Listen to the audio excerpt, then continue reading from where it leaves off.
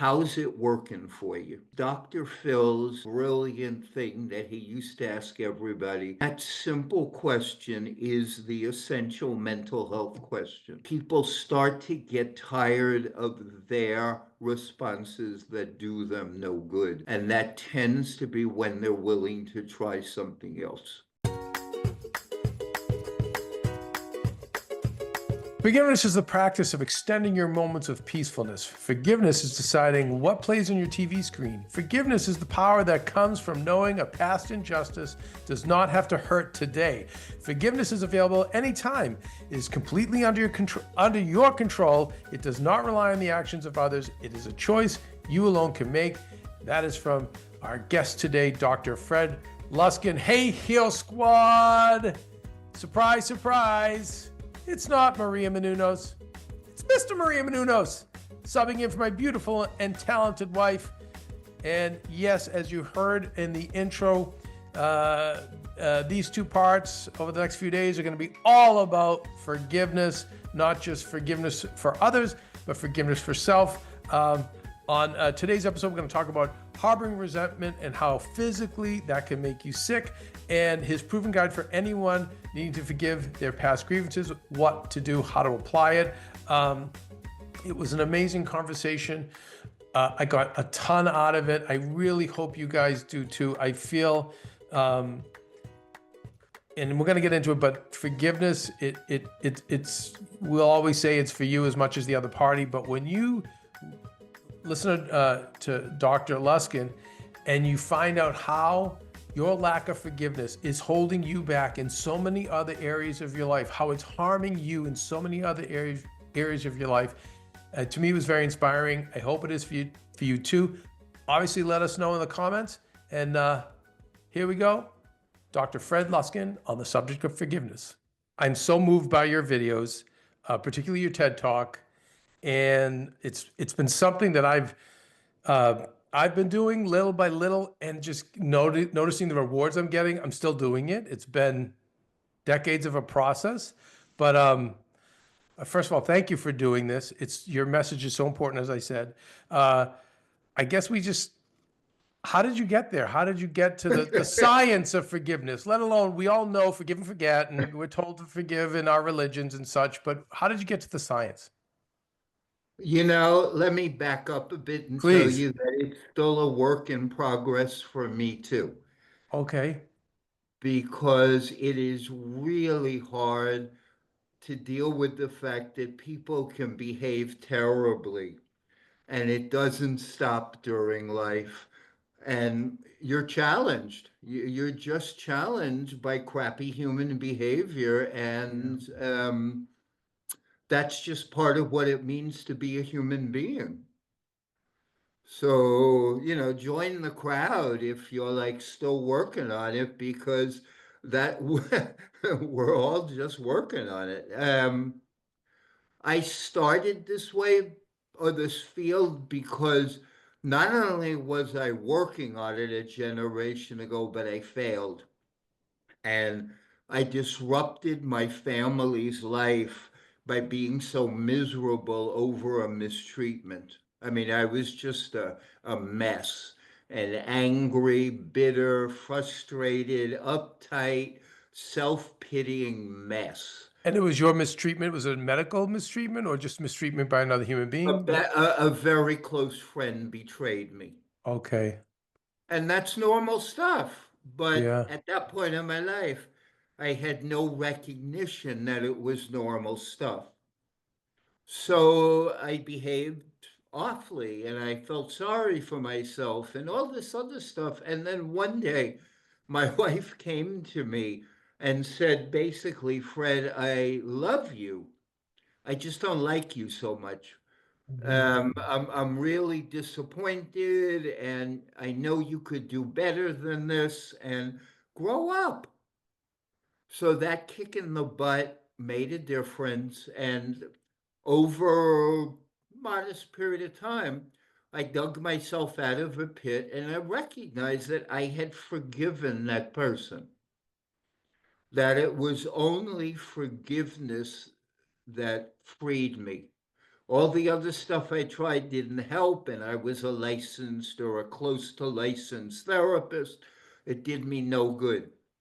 The only thing that did me good was simply releasing whatever bitterness and blame I held towards him and moving on in my life.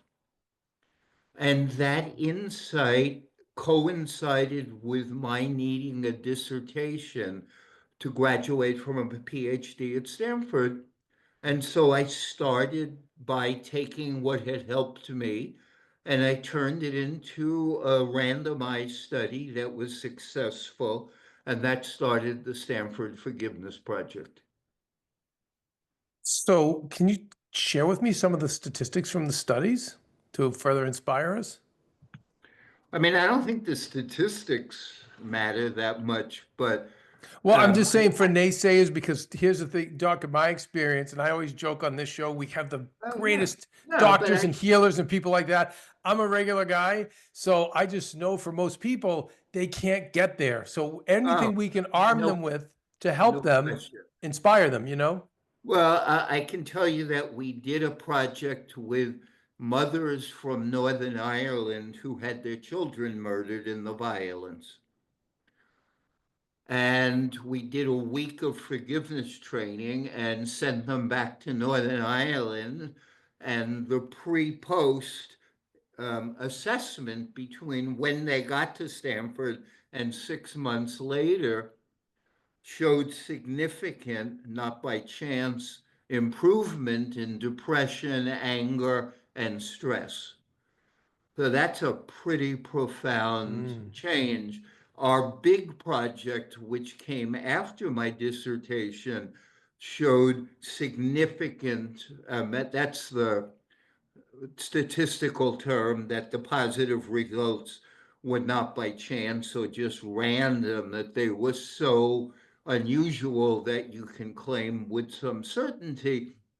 But again, people became more forgiving, they became less angry, they became more hopeful, they had fewer symptoms of stress, and they had a greater ability to generalize forgiveness. Not only did they forgive whatever it was that had happened to them, but they became a little more forgiving. Later studies showed that forgiveness, when practiced, can reduce people's experience of back pain. We had a study that showed that in angry hypertensives, it could lower high blood pressure. And another study showed that at people at risk for heart disease, if they became more forgiving, their risk for heart disease went down. So those are a sampling of, I think, what you're asking for. Yeah. Okay, so do you have do you have advice for how to get there? So we know forgiveness works. Are there You any know steps in the that. process to get there to help, for people that just have really struggle with it? I mean, I went into your studies. It, like you just said, it doesn't just come out in the person you won't forgive. It comes out, you're judging, you're bitter, you're just about everything and everyone. That's the danger of it, that when you can't heal your own life, you start to leak. Mm. That it shows up in places that have nothing to do with the person who hurt you. How do you begin? Well, I'm going to say there's one very preliminary step is you have to grieve. You don't go from hurt to release without grieving your loss. And that is one of the places that people get stuck in, is they do not want to feel the hurt, the actual tangible hurt that comes with mistreatment and loss, and that's not trivial. So you have to be willing to pay like the human piper, and you're going to have to suffer a bit. You're going to feel some anger and sadness and some fear, and your body's going to be dysregulated because that's what happens to human beings when they are hurt. And grief is a normal, appropriate response for the nervous system to try to rebalance itself. So you have to go through that. Where it becomes problematic is when grief gets stuck and you just start saying the same things over and over and feeling the same things over and over and not changing your story and not moving on. That's when it becomes problematic, and that's when people need to intervene. So if somebody was killed in a car crash, you don't tell them 3 months later to get over something. But if you meet them 3 years later, you might want to start telling them to get over something that you've had time to grieve and you don't want it to ruin your life. So that would be one, the allowance of grief. What seems to help people move ahead is Dr. Phil's really simple, brilliant thing that he used to ask everybody, which is, how's it working for you? And that simple question is the essential mental health question, which is, okay, your partner cheated on you. Terrible thing. Now, 2 years later, what are you doing about it? Are you telling everybody how terrible they are? Well, how's that working for you? Are you hiding and not coming back out to life? How's that working for you? Are you angry and mistrustful? How's that working for you? It turns out that the fulcrum, the important point is people start to get tired of their responses that do them no good. And that tends to be when they're willing to try something else. So that would be the second. And the third thing that anybody can try is when you're upset, calm down. Like literally calm down. Take a breath, take a walk, pet a dog, remember that you're loved, look in your refrigerator and feel grateful that you have food. Do whatever it takes. But after grieving and after recognizing you're not helping yourself, then you start to take charge of your nervous system. And when you get upset habitually, calm yourself down. So that would be introductory kind of strategies that I would give anybody. It's funny because on your TED Talk, you were mentioning how a speaker talked about breathing before you. And, your take on it was that this information's really been around for thousands of years, whether it's breathing, yoga, forgiveness, self-accept, all of it. And I mean, one of the positive aspects of social media is that we're able to connect and discover that I just feel like so much now is being rediscovered in the century. It never went anywhere. I mean, the idea of wisdom traditions, that figured out what human beings need to know thousands of years ago. They're pretty similar across all cultures, and they often say the same basic thing, like be kind to people and shit's gonna happen and you need to deal with it and have some hope, and that human beings tend to complicate things and they tend to not learn or pay attention to history. Yeah. Yeah. Yeah. That's accurate. Oh, yeah. You know, if like I'm thinking of those mothers in Northern Ireland, and I'm thinking of I don't know why it's keep coming to me, people who hit by a drunk driver, or somebody who had someone murder or rape, or one of those things. Um, it's tough. It's tough um, to ask that of It's somebody.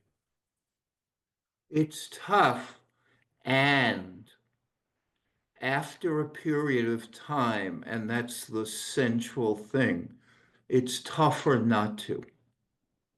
Like that's the rub nub that the human race struggles with. Staying angry over the past or relentlessly feeling like a victim. They're very useful short-term adaptations to crappy experiences. But after a while, they become more of a problem than they do a solution. Yeah. Yeah, they're a comfort mechanism and then they become the problem.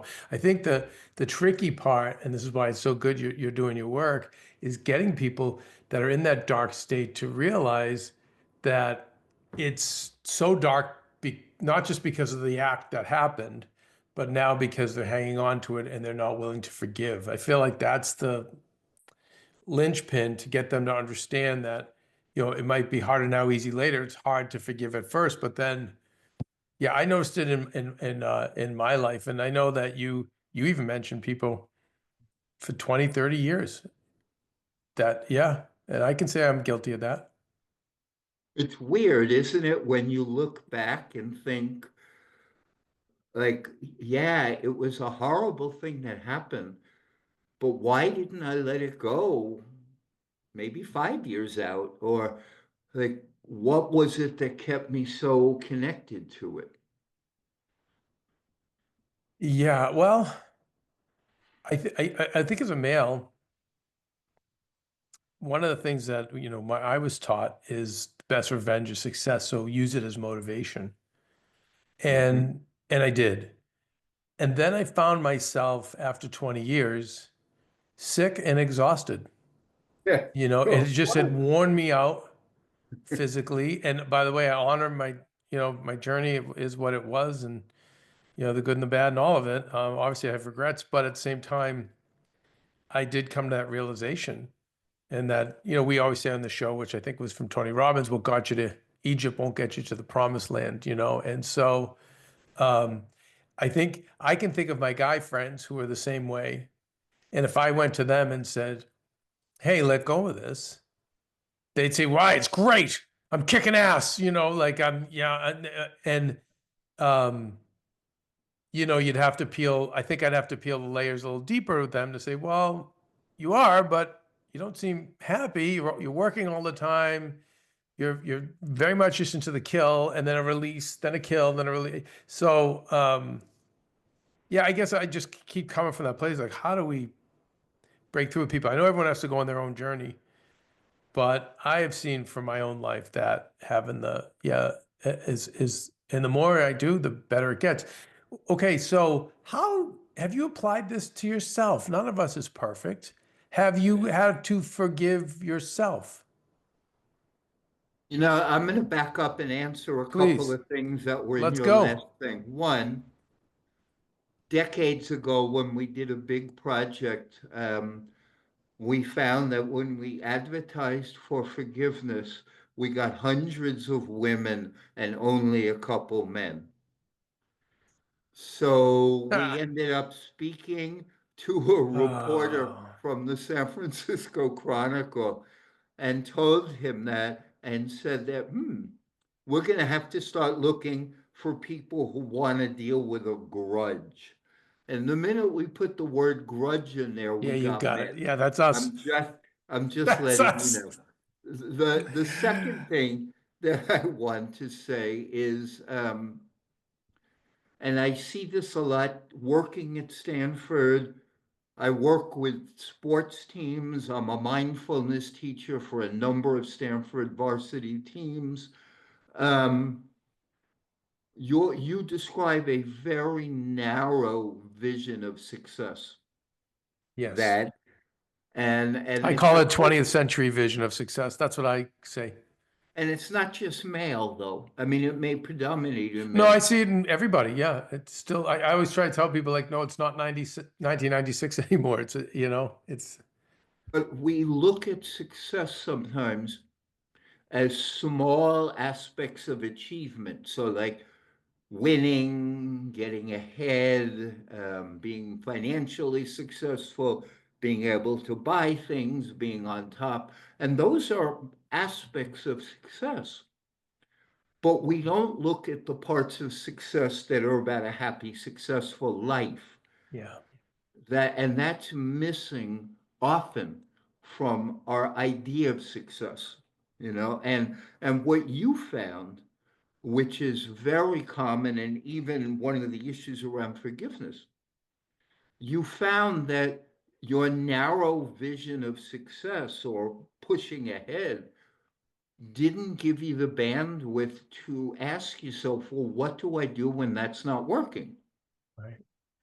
And that's the real deficit. Like, any of us could have really successful strategies, but we're not taught what to do when those strategies don't work, and how do we find path B or C, because we don't practice those proactively. We don't practice alternative ways of evaluating the success of our life.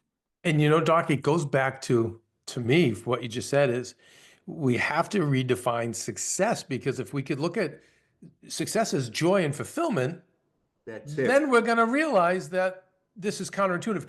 Doc, I have so many follow-ups. We're just going to take a quick break and we'll come back. We're going to come back with Dr. Fred Luskin. We're going to keep going over the power and the science and the redeeming qualities of forgiveness. We'll be right back on Heal Squad. Hey, Heal Squad. This Women's History Month, Macy's is celebrating the power of women by continuing their year-round support for women creators, brands, and causes, like my wife, Maria. This is one of Maria's favorite times to shop as well, especially with spring right around the corner and everyone going down to Florida for spring break.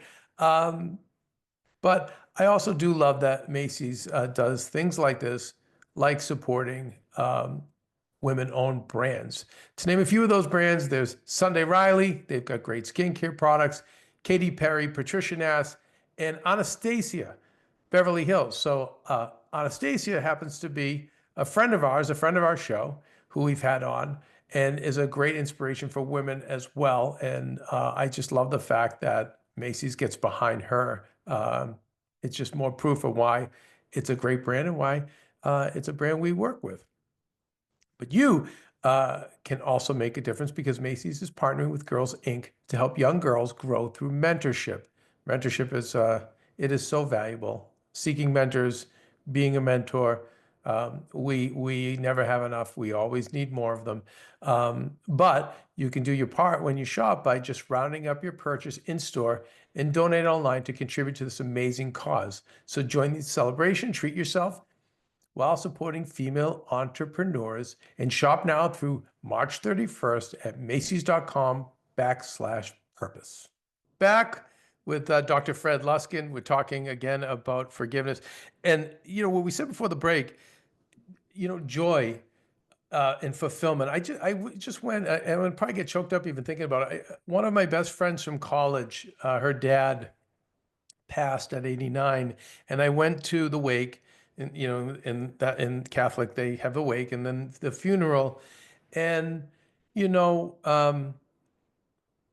modest, in terms of that other success we're talking about, the 20th century success of like the money and the this and the status, and, none of that was there.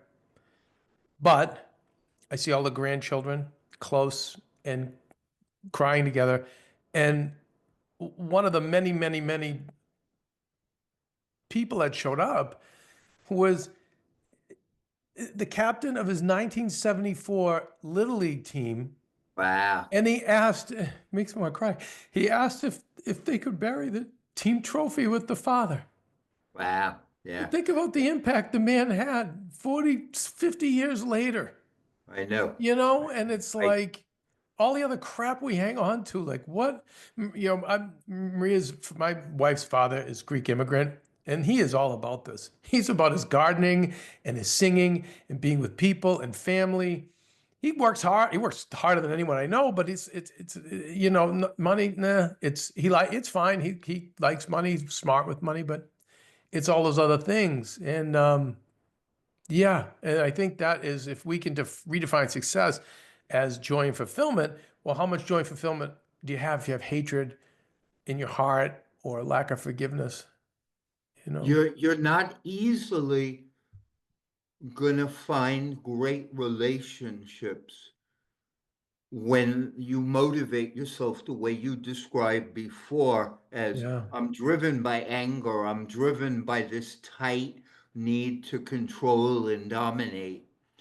That doesn't lead to that much time to meet people with intimacy, to slow down enough to pay attention to other people, Yeah. and to recognize, as you said, when you need a break. And it can be work too. And for me, I've always, the last 20, 30 years, I've dedicated myself to coaching and helping people in Hollywood for free. And I've gone too far with that too. Again, it was just to, like okay, so for that one, I think that's for lack of self-forgiveness over wrongs I feel I've done. So then I went the other way and did everything rather than just forgive myself, grieve and forgive myself. I've gone the other way, and I still do. And by the way, selfishly, I really enjoy it. It's fun, it's my passion, and there's a whole lot of things attached to it. But I feel like self-forgiveness is very difficult as well. It's to forgive yourself. So one thing to forgive someone else, but then can you forgive yourself? And I would think that would figure into your science. Yeah. Oh, I mean, we regularly work with people on self-forgiveness. And in fact, Saturday, we just published a new workbook, and our research of late has been on helping people recover from addictions, and we've been teaching forgiveness. And this new workbook, which was just published, the biggest difference is how much the need is for self-forgiveness in people in recovery. And it's now become more of a focus for us on how to help people like heal from their own mistakes and their own like insensitivities. And you asked me if I had struggled with Hmm. things. I can tell you another story from back in Please. the day when um, this is decades ago, a couple decades ago, and I was visiting in one of my wife's best friends. And, you know, I spent an hour or so with them, and then I got bored, and I went off and started to read, like just like I'm a professor type, but so I went off to read. And when I got back, my wife found me and said, Fred, that's kind of rude. And then I don't remember what it was, but somebody at work told me that, Fred, like, I know you're a decent guy, but your mouth doesn't always sound that way. And then somebody else said something along that way too, that I was harsh. And Mm. I really had to think this stuff through. I got those three feedback things that, without intending to, I was colder and more self absorbed than I would have liked. And it took me a while to kind of turn that ship around a little, and part of it was having to both be honest about my behavior, which is the first part of self-forgiveness. You Right. can't BS yourself and forgive yourself. You have to be flat out straightforward. I had to own my behavior first within myself. Then I kind of apologized to my wife, but then I also made a commitment to change. Mm. And those are the aspects of self-forgiveness that people don't understand. That it's not just feeling better about yourself, it's honestly looking your behavior in the eye, having remorse, apologizing or making amends, and then changing. It's a deep, difficult thing. It's not just like, oh, I don't like myself for a day, so I need to feel better. That's the most trivial part of it. What's really important is to look at your actions, decide that they're not really who you want to be, and make sure you limit that doesn't happen again going forward. That took me a while, but I made a commitment to being at least a less nasty, selfish person. And over time, it paid off. But turning that ship was not an easy thing. Yeah, yeah. I think I love this formula, like you just said, recognizing, admitting it, and I think that, which again, it's just I don't know. I just noticed the people who do our show are so mindful. The rest of us are so busy, That's yes. right? We're just so that we don't take these times to pause, become aware. Like you said, okay, what did I do wrong, and what am I doing wrong? And then realize what you could do to make the changes, apologize in the tone, and then commit to the changes. Um, there's so many like I want to, I love some of your quotes, and I'd love you to if I can throw some at you, and maybe you can try to re respond to them and expand on them. Resentment is a false sense of control. When we have been hurt, or when we've lost something precious, or when people have treated us like crap, hostility, bitterness, resentment are absolutely necessary at the beginning to try to help us stay afloat. Otherwise, the ship gets sunk really easily. When you do that long term, it's a fake sense of control and power because you're not doing anything, you're not moving, you're not growing. What you're doing is using the tiny dopamine hit that you get from anger and resentment. You're using that as a palliative. So you feel better for half a second, but it accomplishes nothing, digs in a bad habit, and doesn't prepare you in any way to do better if it happens again. But it gives you that tiny, tiny piece of dopamine, and it gives Mm, you a fake sense that you're doing something when you're not doing something. So it's a seductive trap that we have a culture awash in that. Let me just say one more thing that you mentioned about please. distraction. Our internet cell phone culture is so much more distracted than we were even 20 years ago that all the stuff you and I are talking about is harder for everyone, is literally harder for everyone. Yes, yes. We are anxious in ways that we can't imagine. I know for myself, people are changing dates, missing appointments, rushing Hmm. around because they're overwhelmed and they can't keep track of all the information coming in, and everybody in their world is changing this, changing that. There's so much chaos that we're all dealing with, and we have that dopamine problem of relentless pulls on our attention. So we are all losing the capacity to get joy from normal life. And so everything we're talking about is harder because of just the omnivorous pulls at our attention. It's funny because you see the ashes on my forehead. It was Ash Wednesday today, and just the period of Lent and Catholicism. And by the way, in the Orthodox as well, they're both lined up. I mean, they don't have an Ash Wednesday, but this is their season as well. The 90-something-year-old priest, he said this is a time to transform. This is what Lent is about, and he ended it with the phones. He was like, "You're so distracted with the phones today. So, Put so them down." that's it. So distracted. And we don't, like what you said, I don't know, a half hour ago. like that ability to mindfully notice what's good right Mhm. in front of you.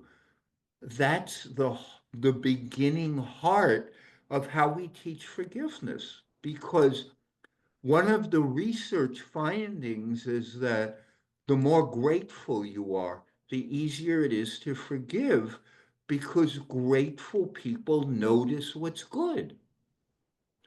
They go, thank you. So they have a built capacity to also deal with what's not so good. If you're a distracted mess who's not noticing what's good, then what's not good takes more and more time of your attention. Like, you notice so often then how somebody cuts you off, how somebody misses an appointment, how there's too many people on the freeway. Your nervous system is so much more open to aggravation. Into seeing picking up the negative things rather than when you're in gratitude. You're seeing, Exactly. yeah, no, I know. Wow. And again, this is probably part two. I want to go deeper into addiction and vices. I also want to talk about, when you work with the athletes, do you talk to them about source energy, getting to the source rather than like these phones, getting back to yourself and being present? Um, but we can save it for part two. Let's save it. I want to, because I want to hear what you're doing to coach these kids, because I wonder, does forgiveness come up with them as well, with the athletes? I'm the mindfulness teacher. Okay. So doctor, let me cut you there though, because we're going to go into that in part two. So let's hold that thought. And tomorrow, if you'd be so kind, let's go over all those things I just said. Tomorrow we will be back, and we're going to talk about his work with athletes and how the power of forgiveness has helped them and others become more successful. Also, how the power of forgiveness is affecting new or creating new treatments for addiction. And we even discuss how we might be apologizing too much and what we can do instead, which will help our brains, help our hearts, help our health. All that and more tomorrow. Stay tuned. Look forward to seeing you. Hey, Heal Squad. We have been on quite the journey together, and we're hearing from so many of you just how much this show is helping you heal and get better, and it makes us feel so good.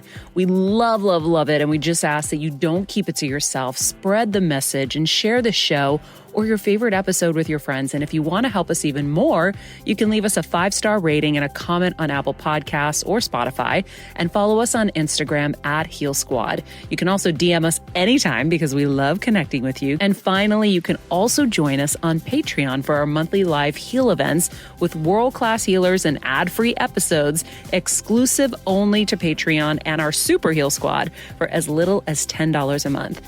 So go to patreon.com/Heal Squad to join. Getting better isn't easy, friends, but as I say all the time, it's a whole lot easier if we can do it together. We love you all so much, and we love doing this thing called life with you. This podcast and all related content published or distributed by or on behalf of Maria Menounos or MariaMenounos.com is for informational purposes only and may include information that is general in nature and that is not specific to you. Any information or opinions expressed or contained herein are not intended to serve as or replace medical advice, nor to diagnose, prescribe, or treat any disease, condition, illness, or injury, and you should consult the healthcare professional of your choice regarding all matters concerning your health, including before beginning any exercise, weight loss, or healthcare program. If you have or suspect you may have a healthcare emergency, please contact a qualified healthcare professional for treatment. Any information or opinions provided by a guest expert or host featured within a website or on company's podcast are their own, not those of Maria Menounos or the company. Accordingly, Maria Menounos and the company cannot be responsible for